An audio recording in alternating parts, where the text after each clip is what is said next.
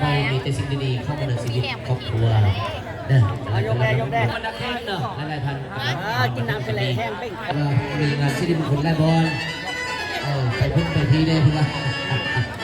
บันเจิดกันยกเงียนโลกบาลพุ่งเลยมาทำดิบอลสุดท้ายพุ่งละบอล